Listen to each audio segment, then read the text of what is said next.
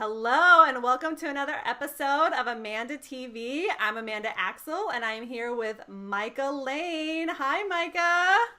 Hey, how are you doing? I'm Thanks so for inviting me. I appreciate it. yes, I'm so happy to have you on the show. How are you Thanks. doing today? Things are great. I'm in Northern California and it's beautiful and sunny and it's going to be 70 degrees this weekend, so I have no complaints. It's That's so nice. I don't know about you, but we've had the longest winter possible, I feel like. what I've heard. And is it still chilly where you are? No, it's warming up. We're in the 70s Okay. today. So All we're, right. we're with Okay, cool. you. Yes, we're having Northern California weather with you. Nice. All right. Awesome. Cool. So, You know, all right. So, Micah, do you have a drink with you today? I do. It's my tea. That's awesome. So, actually, Micah and I are drinking the same thing. You want to tell them what we're drinking? I have black tea with honey and milk, and it is so good. I love it. It is so good. So, if you're not putting milk in your tea, you need to start doing that. And if you have a milk frother, then you can make a tea latte, right? I highly recommend. Just give it a shot. I know a lot of people think it's gross to put milk in their tea, but just try it. I think you'll like it. Oh my gosh. All right. So, tell us about your mug. All right. So Mr. Mika Lane was in, I don't know, Sur La Table or some kitchen store. He Ooh, loves kitchen fancy. stores. He likes to cook. And he saw this display of mugs and got one for himself, and they didn't have my initial. So he Mm. got me a D for darling. Aw, that's so sweet. It's my darling mug. So I don't have one with my real initial, but I have the D mug, the darling mug. Aw, that is so. Does he call you darling? Yeah, Aw, that is so sweet. yeah. Or he'll just call me D. Oh, D for darling. D for Yeah, darling. calls me D a lot. Just D. That is so cute. I love Yeah, pet really cute. names. He's very cute. I hope. Did you put that in a book? Because if you haven't, you should put that in a book. Oh yeah, you're right. I will. Good. You're gonna. I know you're gonna save it. You're gonna save it for like one of your like really I know. special books. I'm just starting a new outline today. So I'm just so the wheels are kind of turning. I'm like, oh yeah, that'll be a nice little romantic detail. Oh my gosh. Okay. Well, if you do it, you have to share it with Amanda TV so we can tell everybody. I promise I will. We'll link it in the book. Here's the inspiration. Oh my gosh. So, do you want to tell us a little bit about yourself? Yeah. I wish I brought it with me. So I've been writing kind of all of my life, like probably a lot of authors have been. In fact, my first book I wrote in fourth grade. It was called The Day I Ate the Milky Way. Oh shoot, I should have brought it. It's just like I made it with construction paper and I colored it in with crayons and so forth. Anyway, I've always loved to write, and that sort of led to a long career in marketing because that's one of the professions where you can do a lot of writing and also kind of make a living, Yeah, which is important. that is important. Um, but in the last few years, I had decided to really focus on putting together some novels and trying to build an author business so that at some point I could just leave the corporate job behind and write full time. And right now, looking for a piece of wood to knock on. I am writing full time, and it's wonderful, and I love it, and it's so satisfying to just keep delivering stories to my awesome readers. That is so cool. So yeah, so that's how I ended up where I am now, and it's just a dream come true. I mean, I always just wanted to write full time, and so far so good. Yeah. So, I know you write steamy romance, but do you want to tell us a little bit more about your books specifically and your series? Yeah, I so I've done a few different kinds of sort of romance subgenres. Like I've done some billionaire books. Mm-hmm. Lately, I'm on this reverse harem kick, Mm-hmm. and I know I don't know if everyone, reverse harem was sort of new-ish when I started. I think Yeah. more people know what it is now. Mm-hmm. I'm not sure, but basically, in a nutshell, for someone who isn't familiar with it, It's when the heroine or the main character ends up with multiple partners at the end. So what's not to love about that? So it's a happily ever after, and instead of just one guy, she has multiple guys, 3, 4, 5, and it's really super fun to write so many sort of like different boyfriends within one book. Yeah. So yeah, so I did a reverse harem series. Then I took a break, and the last 3 books I published were about male escorts in Los Angeles, And and that's they your kind of queer series? meet the woman of their dreams, and it's all about how they deal with their escort business, and um, what they decide to do with that in the end, so that they can be with the woman of their dreams. But just this week, I finished another reverse harem novel about some mountain men.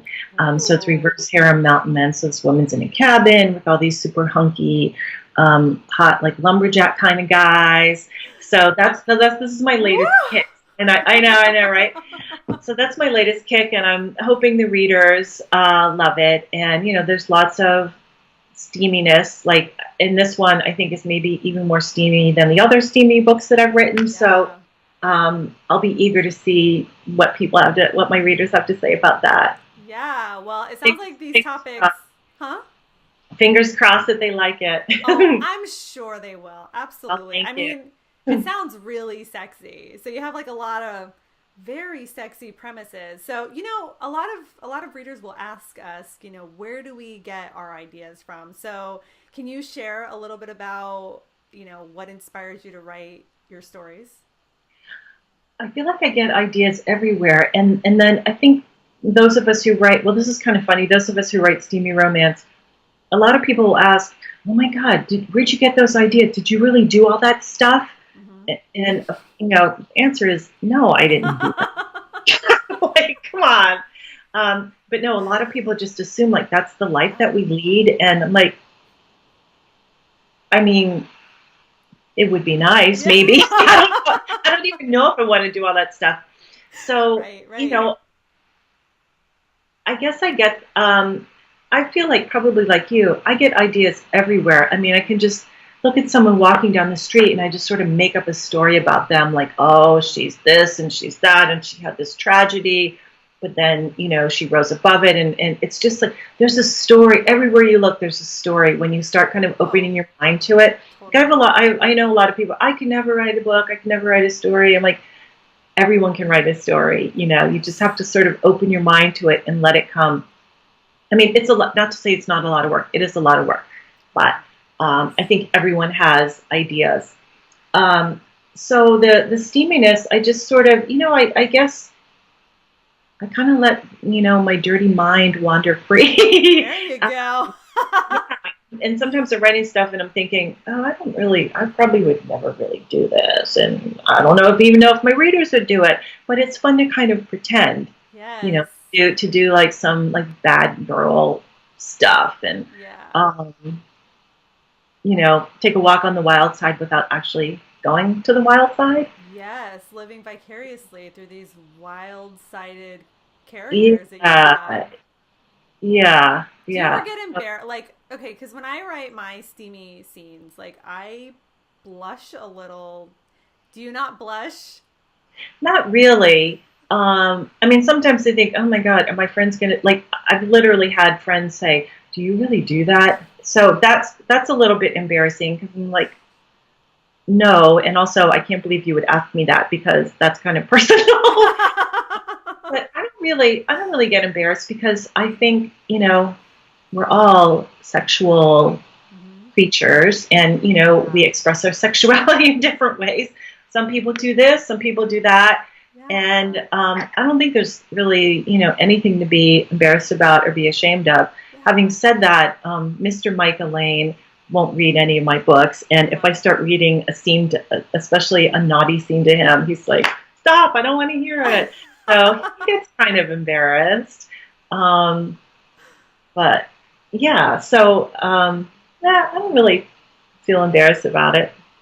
All right. Well, sounds like I got to work on something because I'm totally comfortable with my sexuality, but maybe I'm not comfortable writing about the subject, you know, like, because it's funny, people will read it and then they'll look at my husband and they'll be like, is this about him?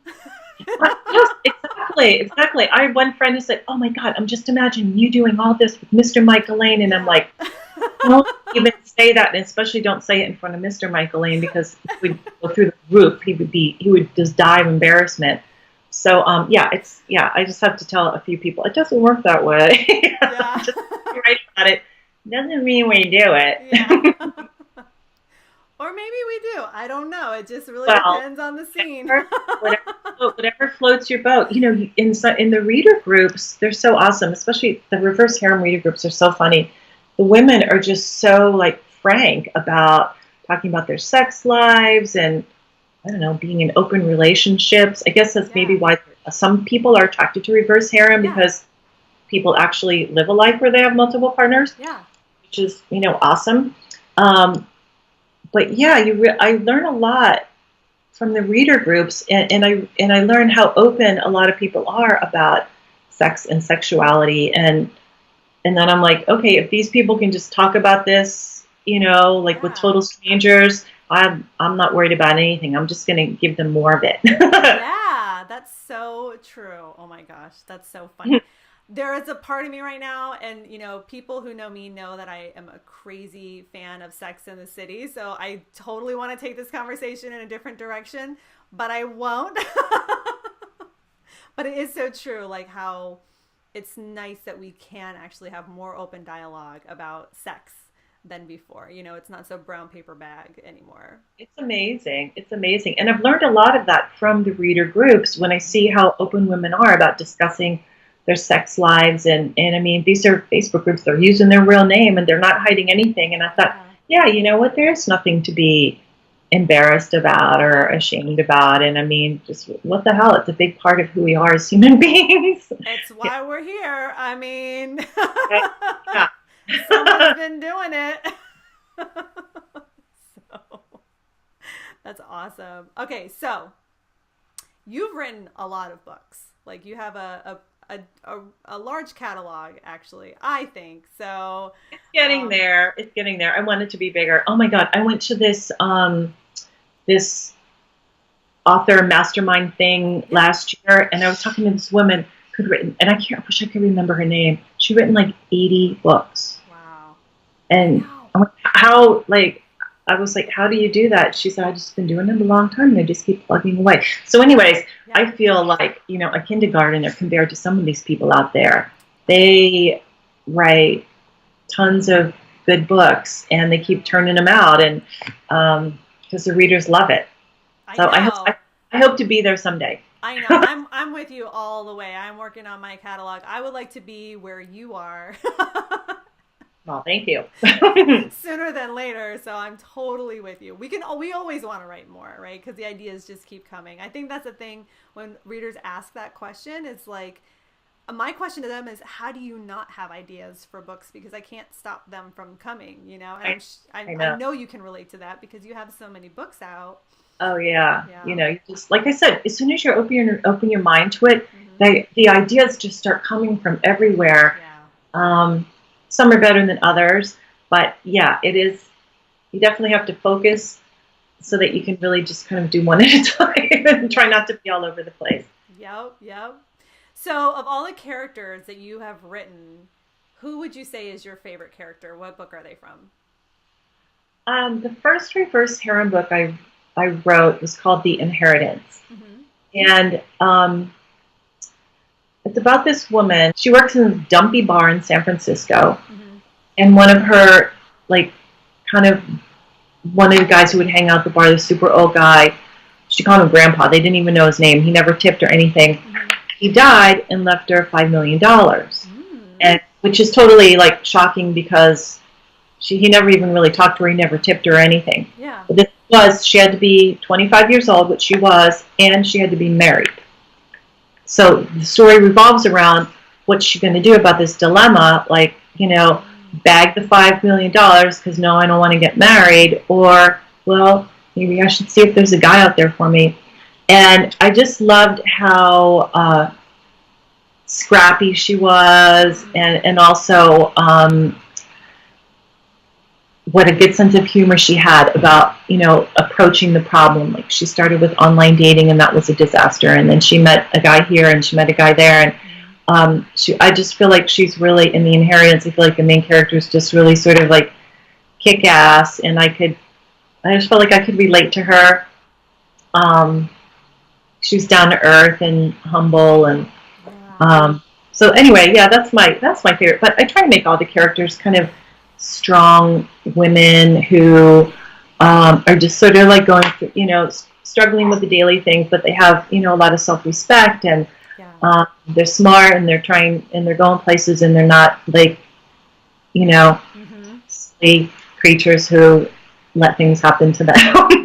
Totally. I write the same female characters as well because, well, that's who I am. I think that's probably who you are. So naturally it kind of comes out in our writing. And I think readers like to, read about someone they can relate to. Yeah. And someone they can look up to a little bit. Right. Someone they can relate to and someone they can also aspire to be more. Right. Like I think like what you're talking about. So what's the name of that character? Her name is Garnet. Garnet, yeah. So how Garnet is kind of a kick-ass character. I don't know. I like to come up with different names for the main characters. And Garnet's my birthstone, so I thought, let's name her Garnet. Oh, okay. So are you a Capricorn or an Aquarius? I am a Capricorn. Well, my birthday's January 19th, so I'm right on the border. Yeah, you're close to the cusp, but you're sometimes I'll read both. Yeah, I know. I'm a Capricorn. We'll have to pull your birth chart to find out for sure. I know. And you know who has astrology, so who has great horoscopes? Astrologyzone.com. I don't know if you read that one, but she has really good ones, so I highly recommend it. Okay, we will link that in the notes. Yeah, I know. Every month I read my horoscope from Astrology Zone. That's awesome. Cool. So actually you were recently on a lengthy trip to Italy. And actually, when we were talking about getting you on the show, it was like, I don't know what my internet's going to be like in Italy, that kind of thing. And I mean, so tell us about your trip, because I was so excited that you were able to, go there for so long, and I couldn't wait to hear all about it. Me too. Thanks. I was in Rome for 2 months studying Italian and, of course, trying to work on books, although there were a lot of distractions. I've always, I try and go to Italy whenever I can, and I've always loved Rome, and I had the opportunity to just kind of go there and really dig in and try and live like the Italians do, and, really try and really work on my Italian. Obviously, I was taking classes and then, going around the city trying to talk to people. So it was, I was there in January and February for 2 months, and at the end, Mr. Mika Lane came. And it was just awesome. It was an incredible experience to be immersed in the language and the culture, and learn my way around and figure out all the things you have to figure out when you go to a new place, and where do I buy a pillow for my bed? I mean, just all these little, all these weird little things at home. Like, they don't have Target there, so where am I going to go to get this stuff? So it was pretty cool. Yeah, it was just so awesome. And Italy's so much fun. There's so much to do. And it's so beautiful and historic. And just kind of an easy place to go. I mean, it's I feel in Rome I felt really safe. I mean, I think that if you're in a big city, of course you need to have a little bit of street smarts like you would anywhere. Right. But I feel really, it's a safe, easy place for women to go alone. Yeah. Good food. Yes, I bet. Decent weather. It doesn't get that cold there in the winter. The weather's kind of like Northern California. Yeah. So it was so cool. I had this little apartment near the Vatican, and walked to class every day, and it was amazing. I feel so fortunate. It was such a great opportunity. It was a lot of fun. It was a blast. That sounds so cool. I hope to be just like you one day and go to Italy for 2 months. You got to make it happen, and things just kind of fell into place the right way. And January and February are a really inexpensive time of year to go there. Okay. So good to know. Yeah, yeah, because I mean, most people don't really want to go there in the winter. Yeah. But I was fine with going there. I mean, it doesn't get freezing cold or anything like that, and there aren't very many tourists, so the prices are lower, and it was a lot quieter, and there weren't long lines, and it Yeah. was really, I loved it. That's so awesome. So are you going to write a book that takes place there or anything that's inspired by your trip? I want to. I haven't figured out how to incorporate it, Mm-hmm. and I'm wondering if the readers would like that. In fact, maybe what I should do is in my newsletter have a little poll. Mm. Next newsletter say, do you like stories where they go overseas and maybe take place in another country? I would love to incorporate, something about Rome or Italy in one of my books, and I just have to find a way to do it. But like I said, I also want to find out, would the readers be into that? I mean, I think they would. What do you think? As a reader, I'm into it. So I can't speak for them, but I can speak for myself that I would read that. Yeah. Totally. I would definitely pick that up over a book that took place in Texas or something. No offense to Texas, okay? My family lives in Texas. So any Texans out there, I love you, Texas, okay? Right, right. I know. We have to I'm be just careful. saying. Yeah, and I mean, Italian men are kind of, hot, and um, Totally. so I think I will. I just have to figure it out. Okay, well, please keep us posted. I really want to know about that book for I sure. will. Thank you. I will. So, okay, so for people who are new to your books, do you have any recommendations on what book they should start with? Because you have so many out there. I think that if you haven't tried reverse harem, I think you should give it a shot. It's really fun. Mm-hmm. And again, like I said, my book about Garnet, The Inheritance, Mm-hmm. is, I don't know, I feel like it's my favorite. I feel like people should start with that one. When my friends ask if I were to read one book, which one would I read? And I always say, read The Inheritance. I mean, I like it. It's my favorite. So I assume it'll be everyone else's favorite, although who knows. Um, so I think the reverse harem books are fun. And then I've also, I've done a couple of billionaire books, and there's lots of those out there, but they're so much fun to write because you can just go kind of crazy. Like if you have $1 billion, you can write Right. anything you want. Yeah. So you can make up, I mean, the stories are like, it's like the sky's the limit. Right. There's So, so much money. so It's got a I big was, budget. Those books have very big budgets. I know. So my billionaire book called The Billionaire's Secret is really, I think, kind of mysterious and sexy. This guy goes to a sex club and meets someone there, and it's all about him trying to protect his privacy. And then it turns out that she's trying to write an article for a newspaper. So there's that, is her life in danger because she's exposing the club? Is his privacy in danger? So I think The Secret's a good one to read too. That's awesome. That's cool. Well, I will definitely link those Thanks. right below, so you can just click right there. Awesome. So, all right. So, Mika Lane, thank you so much for being on Amanda TV. Thank you for having me. But before we go, you have to tell us, where can we find you? Like, where can readers find you? All right, cool. Well, I have a website, mikalane.com. That's pretty easy. But the best place really is just to go to Amazon and search Mika Lane, and then you can see all the books and read all about them. And then within there are links to, website, Facebook page, that kind of thing. So I think Amazon is always the best place to like track down an author. Well, readers do love Amazon. That's why they're doing so well. So I know. Where would we be without Amazon? I know, right? All right, awesome. Well, thank you so much for joining us today. And thank you for having me. It guys. was fun. Huh?